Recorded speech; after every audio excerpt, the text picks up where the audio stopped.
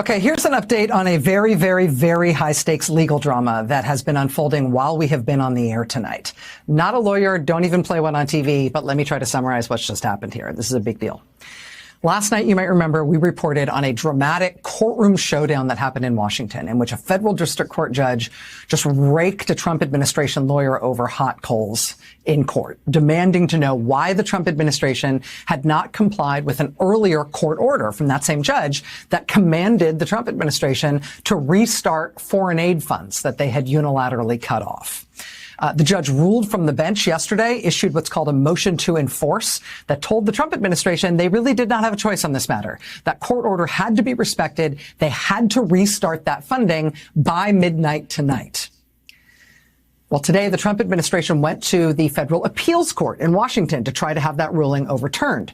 The appeals court said, no dice, we're letting that judge's order stand. You have to start those funds flowing by midnight.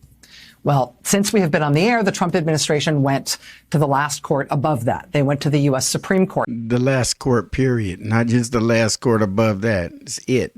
This is what it's all been about, you guys. The Supreme Court. Trump set it up back in his first term. Had he not won this time, it wouldn't have paid off the way it's about to pay off. But having a majority in the Supreme Court is something that, as long as I can remember, that's the way it's been. The Democrats have always had the majority. It's been that way as long as I can remember. And to see it switch, and the Democrats are panicking because they've never had it this way. And especially with an aggressive president who plans on presidenting. He's going to be a president. He's not going to allow a lower court to obstruct him and tell him, oh, no, you can't do this and you better get those funds out. I believe that there's so much going on with these funds, this USAID money and these contracts that need to be paid, because maybe some of the people in our Congress own some of these contractors or get kickbacks from some of these contractors, or there's an incentive. But anyway, it's just strange to hear the country wanting to pay out, wanting to pay money. This guy is saying, shut it down, we ain't paying, and they're fighting him on it, taking him to court. Oh, no, we got to pay this money. We have to. And the same thing with the amount of immigrants brought in. Biden will cry broke if black people go in there and ask for anything. We just ain't got it. So we just got to give you guys symbolic shit because we just ain't got no money. But then the purse is open and the money is flowing. It just ain't flowing to us. Y'all just don't want to give us none of it. And we get it. You guys are willing to go as far as foreign aid, help people with wars, weapons, anything but black people in the United States who are in the condition they're in because of you. And Biden, you specifically, you had a chance to do something about what some of the shit you've done. I mean, not historically, but you personally, what you've done with that crime bill and all the other things you've done behind closed doors, and just straight out lying to black people, having the support of black people that the Democrats do and lying to us the way y'all do. And we just keep on coming back. This is the time to wake up. You guys and don't listen to anybody who's telling you that what Trump is doing is illegal, because he is working within the system that is set up. If he wins, that doesn't mean he's breaking the law. It just means that he's obviously navigating the system better than our Democrats were. The Supreme Court to overturn the judge's ruling so they won't have to release these frozen funds. Well, now, just in the last few minutes, the United States Supreme Court has weighed in. The Trump administration rushed to the Supreme Court ahead of this midnight deadline. This hour, the Supreme Court has responded. The court ordered the lower court ruling, quote, stayed pending further order of the undersigned or of the court. So what this means is that they do not have to meet the midnight deadline to restart those funds. But the Supreme Court says they've only got until Friday at noon to start briefing them on what's going on here. And then the Supreme Court will make the final call. We'll take it from here, basically. They're not going to, and that's all Trump had to do is call the Supreme Court and say, hey, you guys, I need you guys to have a look at this one. What they going to say? No. If he get a fucking traffic ticket and they trying to trip him out, all he got to do is take anything he want to the fucking Supreme Court. That's why they're there. And that is what I was trying to say to you guys is what our checks and balances are all about. That's what checks and balances are. When you get the Supreme Court, the Congress, and the executive branch, the president, that's our checks and balances. They are up there. And the problem is, and why the Democrats are panicking, is because they are not a part of any of those three branches of government that in the majority. They are, but oh my God, they have no power. So they got to sit back and go along praying that the Republicans fall apart, that the Republicans stop all voting together, that the Republicans need Democratic support to get some of their agenda passed. And so far, so good. They've gotten their cabinet picks in. Trump is floating along, and this is his first time having to go to the Supreme Court, and it's going to be very interesting. And I have an idea that the Supreme Court's going to side with him. That's why they paused it, because they paused it in his favor.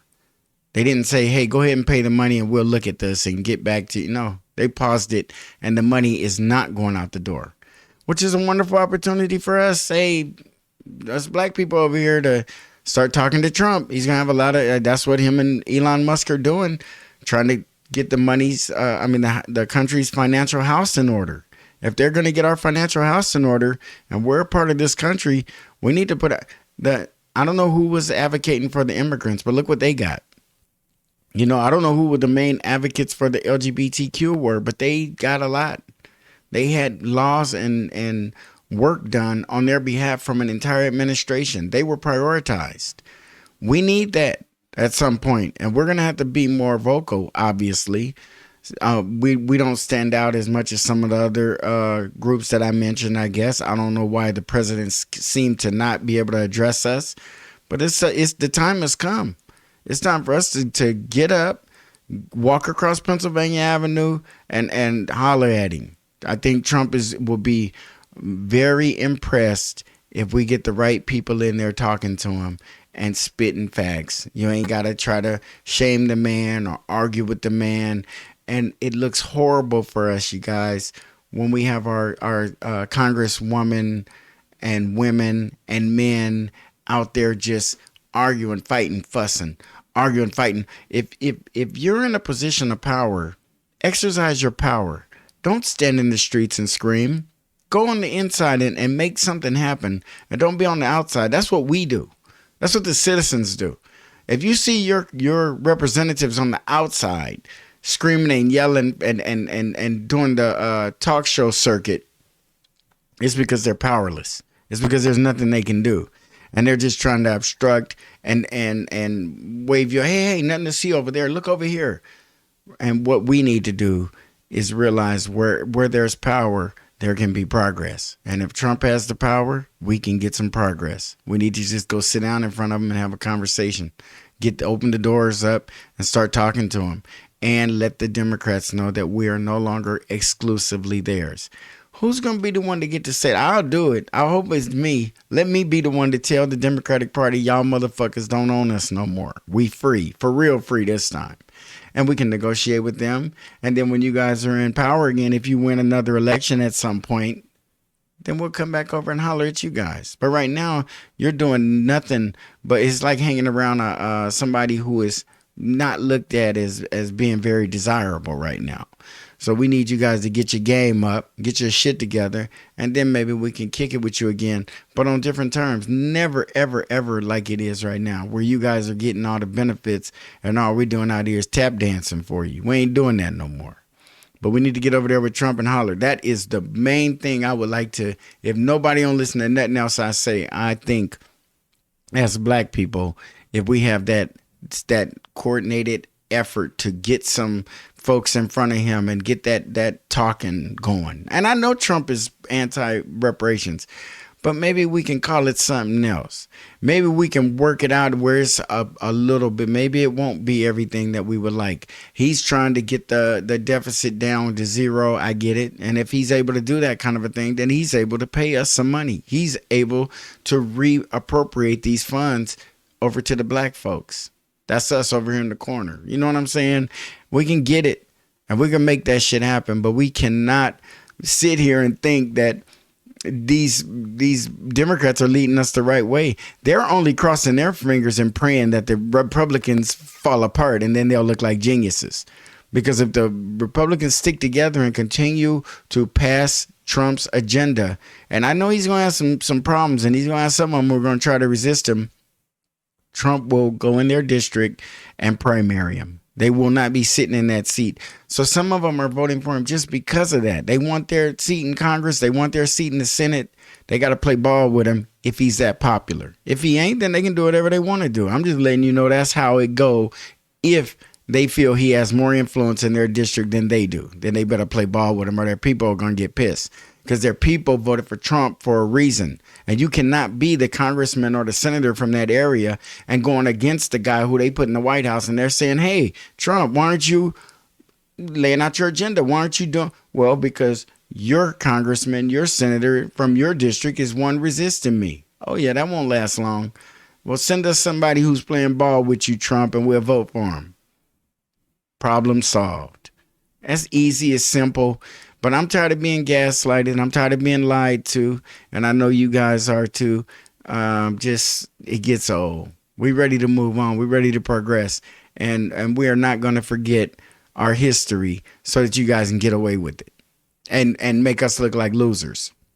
Well, gee, why are all the black people in America doing so bad? They just don't seem to get it together. No, we just don't understand why. They had all the opportunity that everyone else had. We just can't figure it out. Yeah, that's not going to be our story. Our story is going to be written and told by us, and we got to reclaim our shit, and we have to start working with people who look like us, who can help us, as opposed to paying more for it and getting less, because that's basically what we've been getting. I got to get out of here, you guys. Thanks. I appreciate the support. Like, comment, and please subscribe. We'll see you on the next Black Popcorn.